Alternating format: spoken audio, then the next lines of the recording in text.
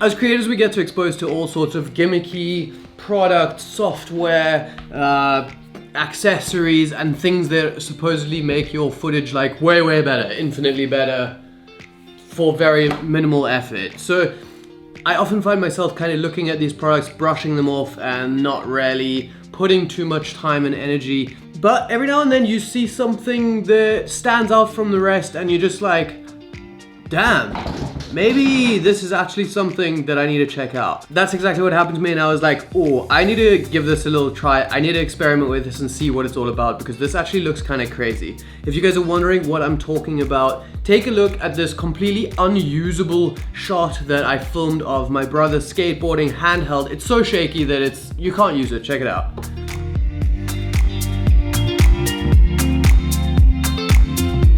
Now here's the exact same clip once I ran it through some software, which is what we're going to be talking about. Take a look at the difference that it actually made to this unusable, shaky footage.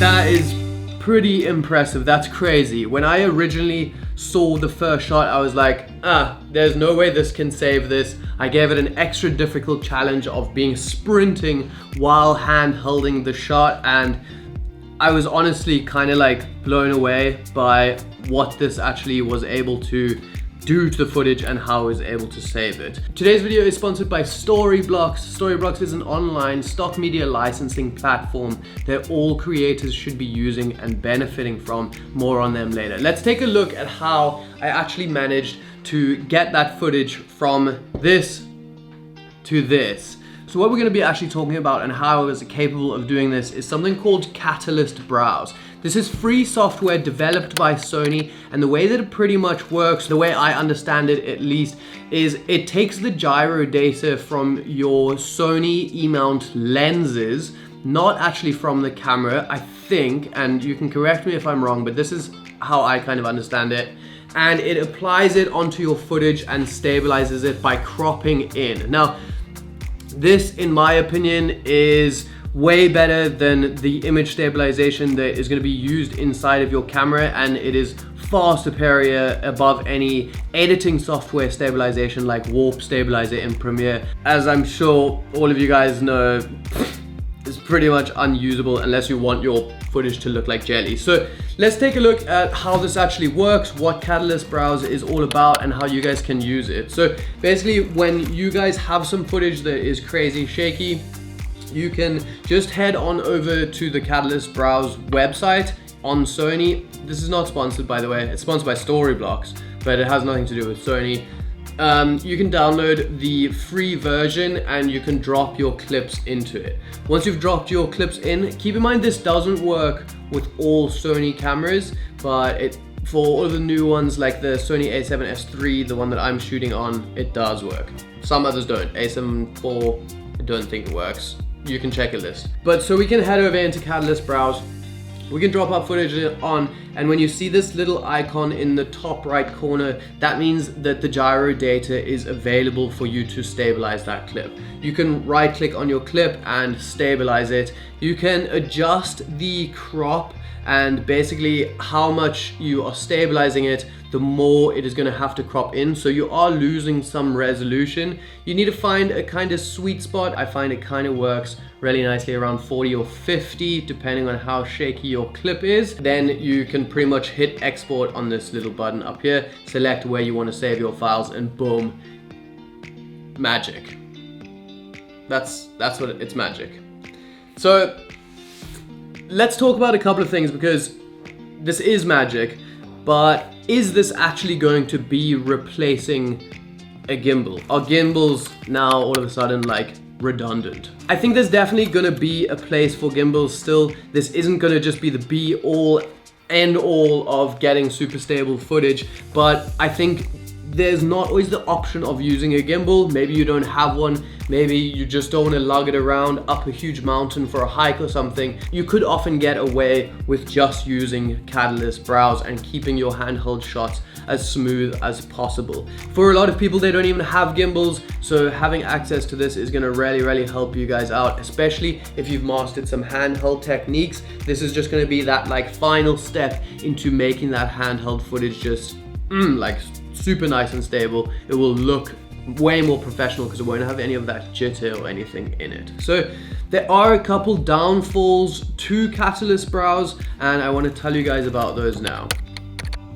The first one being that you need to make sure that you're filming your footage in a very high shutter speed. The reason is because this software is stabilization software only. It can't do anything with your motion blur. And if you have a shot that has too much motion blur in it, it's gonna end up doing this like weird thing where it like jerks and shows this motion blur. Now, where the problem really starts with this is that if you guys are filming cinematic things and you're going for that like really cinematic look, having the motion blur in your shots is often something that really adds to that cinematic feel. And if you're filming something fast paced, maybe someone running or someone riding on a dirt bike along the beach, having that motion blur is going to accentuate the feeling of that movement. And by having to crank up your shutter speed so high so that you can process that footage in Catalyst Browse, it means you are unfortunately going to lose that. In my experience, I find you need to put your shutter speed at 1/250 at least, or otherwise you can even crank it up a bit more if you're going to be super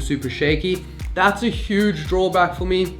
This doesn't apply as much when you guys are shooting something like that doesn't have that much movement in your frame. Maybe it's like some slow shots of a landscape. Maybe it's more of a portrait style video where someone's kind of standing in places, they're not running around and moving. You're obviously not going to notice the motion blur problem as much. So that's a huge benefit. And if you guys were going for something handheld in that scenario, I don't think you would have any problem with cranking up your shutter speed and not getting the cinematic motion blur really. The other major drawback I find with Catalyst Browse is that unless you get the paid version, the workflow is pretty cumbersome. You can only do one clip at a time. You can't batch export like everything from your shoot day, put it in, export them all out and have all of those clips stabilized. So you're gonna have to do one by one. And even if you do pay for the paid version that you can batch export, it's still just another step in your workflow that you gotta put everything into there, adjust the stabilization for each clip, and then render them all out. Then you can only throw your footage into whatever editing software you're gonna be using. So it does add another step, not the end of the world, but definitely something to take into consideration. I want to show you guys a couple of other clips that I applied this onto to just show you the difference and how it can work in different scenarios, because I think there is definitely a space for this and I think we can benefit from this hugely. So let's talk about some of the other pluses and minuses of using this software versus a gimbal. Now, here's something that I find important. If you are shooting on a gimbal, your footage is going to look really nice and smooth for the most part. Let's take a look at the exact same shot actually. This one was actually filmed on a gimbal though. So if we roll that, you can see that the shot ends up really nice. It's smooth, it looks professional, and if you put it next to the stabilized shot here, they both are going to be really nice to work with. But the gimbal one, I could skip all of those steps of processing that footage, stabilizing it, and all of that stuff. But I did have to set up the gimbal and then use that gimbal to shoot. And when you are using a gimbal to shoot, I find especially if you are going for some sort of unique angles where you might be wanting to do kind of creative moves with your camera. Maybe you're looking up and you want to twist around like this and then like come up to the person, or you just want to have some of that like handheld feel into it. You're not gonna really be able to achieve that with a gimbal. You're gonna struggle to achieve that with a gimbal at least, because what ends up happening is your footage looks quite robotic on a gimbal because it doesn't just free flow like how you might be able to do it with your hands. So that's a huge drawback for me, especially these days where I'm tending to quite like the handheld look. And if you did shoot something handheld and you have some of that natural and organic shake in it, you can still use Catalyst Browse, maybe just even being at a lower setting, and it's just gonna make it much more stable and flowy, almost like you had a bigger cinema rig, because it would be so much more weighted and it wouldn't just be a little mirrorless camera shaking like that. So I think this can really work well for that. And another scenario that I think Catalyst Browse can be hugely beneficial for is even if you are using a gimbal, because as much as I love gimbals, and you guys know that, I shoot a lot of my content on gimbals, they're not perfect. And sometimes you end up with little like jolts in your shot. Maybe you're doing quite a complex shot, or you're running with the gimbal it's on the end of a monopod, whatever the case is, it doesn't always end up perfectly smooth. And if you take that gimbal shot and then you put it into Catalyst Browse, now you're really ending up with something that is going to be buttery smooth, looking like it's filmed on a glide cam with a professional like camera operator, and it's gonna just be like kind of as good as your stabilization can get. Today's video is sponsored by Storyblocks. Storyblocks is an online stock media licensing platform. They have everything from sound effects, music, stock footage, and assets, plus way more. They have one small monthly subscription, and when you sign up for that subscription, you get unlimited downloads to everything, all of the over 1 million different assets that they have on their platform. I use their assets in almost every single one of my videos, whether that's film burns or like cool 8mm frames, whether it's light leaks, sound effects. The list would go on forever. If you guys want to find out anything more about Storyblocks and make the most of the assets that they offer, they're going to be linked in the top of my description. I highly recommend checking them out if you guys do any sort of creative content like this. The conclusion here is that I think this software is incredibly powerful and amazing. I highly recommend you guys going to experiment with it and just seeing what it's actually capable of. I don't think it's the be all end all. It's not going to replace gimbals. It's not going to be that everyone's footage is all of a sudden beautifully smooth now, even if they're just filming it like this, running around all over the show. But I think it is going to be a supplemental software that can just be one extra step in making sure that we achieve the smoothest footage that we possibly can, if that's what we're after. I think gimbals obviously still have a huge place in the world.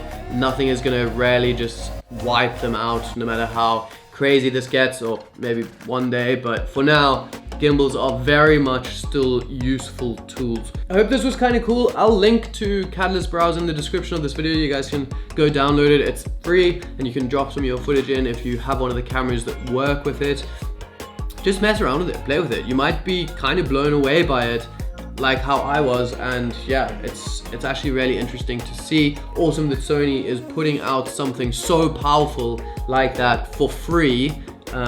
That's amazing. So go and check it out. Remember to also check out Storyblocks if you guys want to get any stock media, sound effects, all of that good stuff. They're also going to be linked in the top of the description. Other than that, I hope you guys enjoyed this video. Hope you found this useful. Hope you guys are as shocked as I am, because wow, pretty sick actually. Okay, whatever.